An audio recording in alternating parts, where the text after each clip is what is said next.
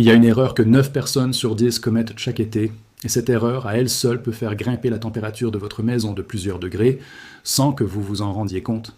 Le pire, c'est que la solution ne coûte absolument rien. Pas de climatiseur à acheter, pas d'électricité à payer en plus, pas de travaux. Juste un geste, au bon moment de la journée, et tout change. Si vous avez déjà passé une nuit à transpirer dans votre lit, alors qu'il faisait à peine plus frais dehors qu'à l'intérieur, cette vidéo va littéralement changer votre été. Parce qu'aujourd'hui, on va parler de la chaleur qui s'installe dans une maison, de pourquoi elle reste coincée à l'intérieur pendant des heures, et surtout, de la manière la plus simple et la plus économique de l'empêcher d'entrer. Ce que vous allez découvrir dans les prochaines minutes, ce n'est pas une astuce miracle sortie de nulle part. C'est une méthode utilisée depuis des siècles dans les pays chauds, où les habitants n'avaient ni climatisation ni ventilateur électrique, et qui pourtant arrivaient à garder leur maison fraîche, même en plein cœur de l'été.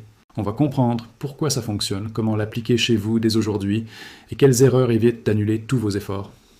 Alors installez-vous confortablement, parce que ce que vous allez apprendre pourrait bien vous éviter d'installer une climatisation cet été, ou au moins de l'utiliser beaucoup moins souvent. Commençons par comprendre ce qui se passe réellement dans une maison en été. La chaleur qui vous fait souffrir chez vous ne vient pas seulement de l'air extérieur. Elle vient surtout des murs, du toit, des fenêtres, et de tout ce qui compose votre logement. Ces matériaux absorbent la chaleur du soleil pendant la journée, un peu comme une éponge absorbe l'eau. Le problème, c'est que cette chaleur ne reste pas à la surface. Elle pénètre lentement à l'intérieur des matériaux, puis elle est relâchée progressivement dans votre maison, souvent plusieurs heures après le coucher du soleil.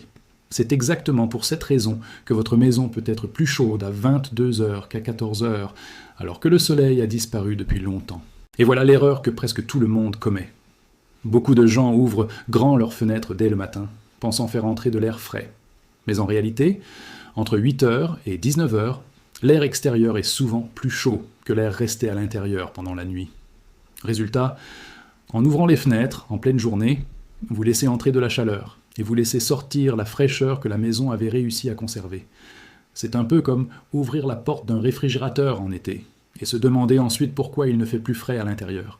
La véritable astuce, celle qui change tout, c'est d'inverser complètement ce réflexe. Il faut fermer hermétiquement la maison pendant les heures les plus chaudes et ne l'ouvrir que pendant les heures les plus fraîches, généralement tôt le matin et tard le soir. Concrètement, cela veut dire fermer les fenêtres, mais aussi et surtout fermer les volets, les rideaux épais ou les stores dès que le soleil commence à taper sur la façade de votre maison. Et là, beaucoup de gens vont se dire que fermer les volets en pleine journée, c'est bizarre, presque contre-intuitif. Pourtant, c'est exactement ce que font depuis toujours les habitants des régions méditerranéennes, du Maghreb ou du Moyen-Orient, où les étés sont brûlants et où pourtant, à l'intérieur des maisons traditionnelles, il fait étonnamment frais. Mais le plus étonnant reste à venir, parce qu'il ne suffit pas simplement de fermer les fenêtres n'importe comment. Il y a une vraie méthode derrière cette astuce, et c'est elle qui fait toute la différence entre une maison qui reste fraîche et une maison qui continue à chauffer malgré vos efforts. La première chose à comprendre, c'est que toutes les fenêtres ne se valent pas face au soleil. Une fenêtre orientée à l'est reçoit un soleil intense le matin. Une fenêtre orientée à l'ouest reçoit un soleil encore plus agressif en fin d'après-midi, souvent le moment le plus chaud de la journée. Et une fenêtre orientée au sud reçoit du soleil presque toute la journée, mais avec un angle qui varie selon les saisons. Ce que cela signifie concrètement, c'est que vous devez adapter le moment où vous fermez chaque fenêtre en fonction de son exposition, plutôt que de fermer toute la maison au même moment sans réfléchir. Pour une fenêtre orientée à l'est, l'idéal est de fermer les volets ou les rideaux dès le lever du soleil, et de les garder fermés jusqu'en fin de matinée. Pour une fenêtre orientée à l'ouest, c'est l'inverse. Vous pouvez la garder ouverte le matin, mais il faut absolument la fermer avant le milieu de l'après-midi, car c'est là que la chaleur va devenir la plus intense. Pour les fenêtres orientées au sud, une fermeture pendant la majeure partie de la journée, avec une légère ouverture tôt le matin, donne généralement les meilleurs résultats. Très peu de personnes connaissent cette astuce, mais la couleur et la matière des rideaux ou des volets jouent également un rôle énorme.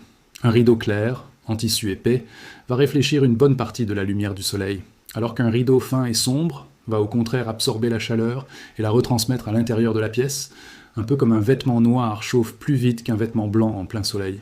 Si vous avez le choix, privilégiez donc des rideaux occultants de couleur claire ou des volets extérieurs plutôt que des stores intérieurs, car un volet placé à l'extérieur bloque la chaleur avant même qu'elle n'atteigne la vitre, alors qu'un rideau intérieur laisse d'abord la chaleur traverser le verre.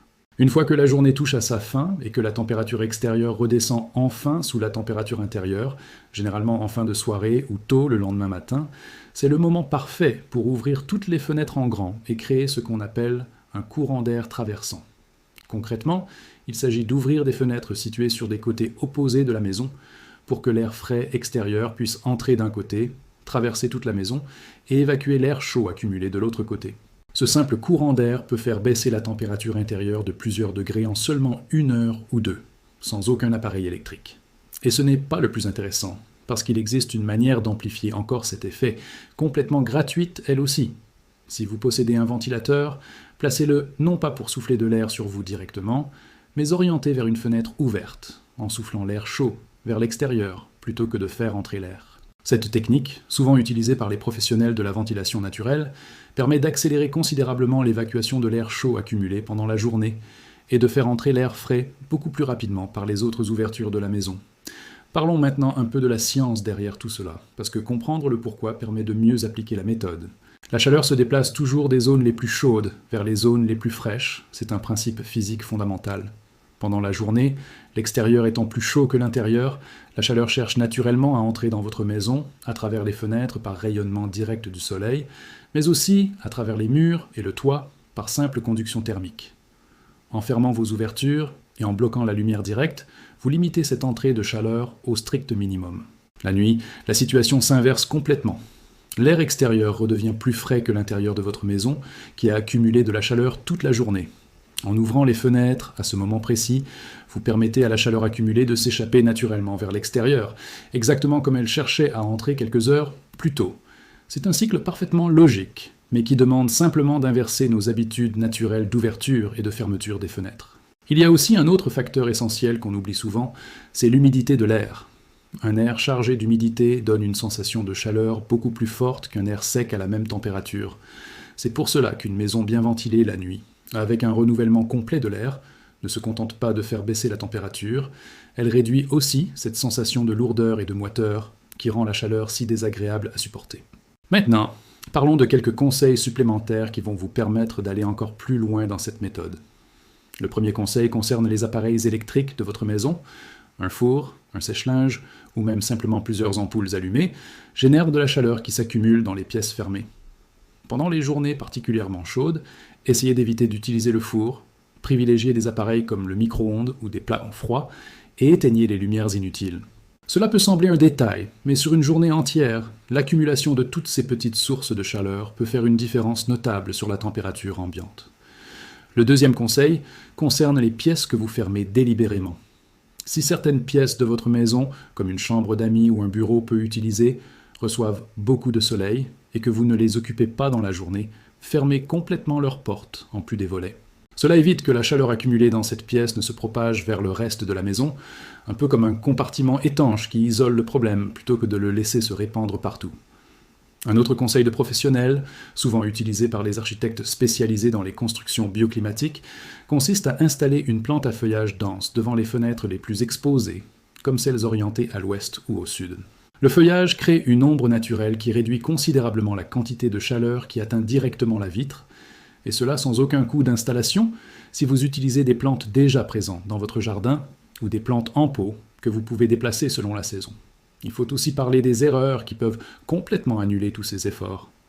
La première erreur, c'est de ne fermer les fenêtres qu'à moitié, en pensant que cela suffit. En réalité, même un petit espace ouvert permet à l'air chaud extérieur de continuer à entrer, surtout s'il y a un peu de vent. La deuxième erreur, c'est d'oublier les fenêtres du haut de la maison, si vous avez un étage ou des combles. La chaleur monte naturellement, donc les pièces situées en hauteur accumulent souvent bien plus de chaleur que les pièces du rez-de-chaussée, et elles méritent une attention encore plus grande dans l'application de cette méthode. La troisième erreur fréquente concerne le moment de la journée choisi pour ouvrir les fenêtres. Beaucoup de gens attendent le soir, vers 21h ou 22h, pour aérer leur maison, pensant que c'est suffisant. Mais dans certaines régions très chaudes, la température extérieure ne redescend réellement sous la température intérieure qu'après minuit, ou même seulement quelques heures avant le lever du soleil. Le bon réflexe consiste donc à vérifier réellement la température extérieure avec une simple application météo sur votre téléphone avant de décider du moment idéal pour ouvrir grand vos fenêtres. Il faut aussi savoir quand cette méthode fonctionne le mieux et quand elle montre ses limites. Cette technique est particulièrement efficace dans les régions où il existe un écart important entre la température du jour et la température de la nuit, ce qu'on appelle l'amplitude thermique journalière. Dans ces régions, souvent continentales ou méditerranéennes, la nuit peut être 10 ou 15 degrés plus fraîche que le jour, ce qui rend la méthode extrêmement efficace. En revanche, dans les régions très humides et tropicales, où la température reste presque identique jour et nuit, cette technique perd une grande partie de son efficacité. Et il devient alors plus utile de se concentrer sur la ventilation constante et l'ombrage permanent, plutôt que sur ce cycle d'ouverture et de fermeture. Pour résumer tout ce qu'on vient de voir, la clé pour garder une maison fraîche sans dépenser un centime, c'est d'inverser complètement vos habitudes habituelles. Fermez fenêtres, volets et rideaux dès que le soleil commence à chauffer une façade, en adaptant le moment selon l'orientation de chaque pièce. Gardez tout fermé pendant les heures les plus chaudes de la journée. Puis, dès que la température extérieure redevient plus fraîche que l'intérieur, généralement en fin de soirée ou tôt le matin, ouvrez tout en grand pour créer un courant d'air traversant qui évacue la chaleur accumulée. Ajoutez à cela quelques gestes simples, comme limiter les sources de chaleur intérieure, fermer les pièces inutilisées et utiliser l'ombre naturelle des plantes sur les fenêtres les plus exposées. Et vous obtenez une maison sensiblement plus fraîche, sans avoir dépensé le moindre centime en climatisation. Si cette astuce vous a semblé utile, et surtout si elle vous permet de passer un été un peu plus confortable, n'hésitez pas à la mettre en pratique dès aujourd'hui, même avant la prochaine vague de chaleur. Et si vous voulez découvrir d'autres méthodes simples et gratuites pour améliorer le confort de votre maison, n'hésitez pas à vous abonner et à laisser un commentaire pour me dire quelle astuce vous avez déjà essayée, ou celle que vous comptez tester en premier. On se retrouve très vite pour une nouvelle vidéo.